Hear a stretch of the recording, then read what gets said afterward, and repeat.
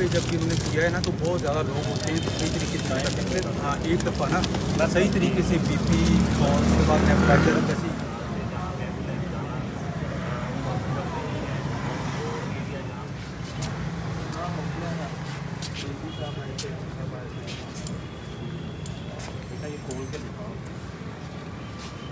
तो अब तमाम लोगों को और ये गुंजानबाद इलाके जो हैं वहाँ पे आसानी से हम मतलब कि रिस्पॉन्ड वगैरह कर सकते हैं। इसमें मेडिकल इमरजेंसीज वगैरह होगी, उसके अलावा RTA रोड ट्रैफिक एक्सीडेंट, जो हल्की फुल्की खरोचों वाले पेशेंट, जो उसके अलावा हल्के फुल्के कट्स वगैरह जो हों उन्हें हम फर्स्ट एड वगैरह कर सकते हैं।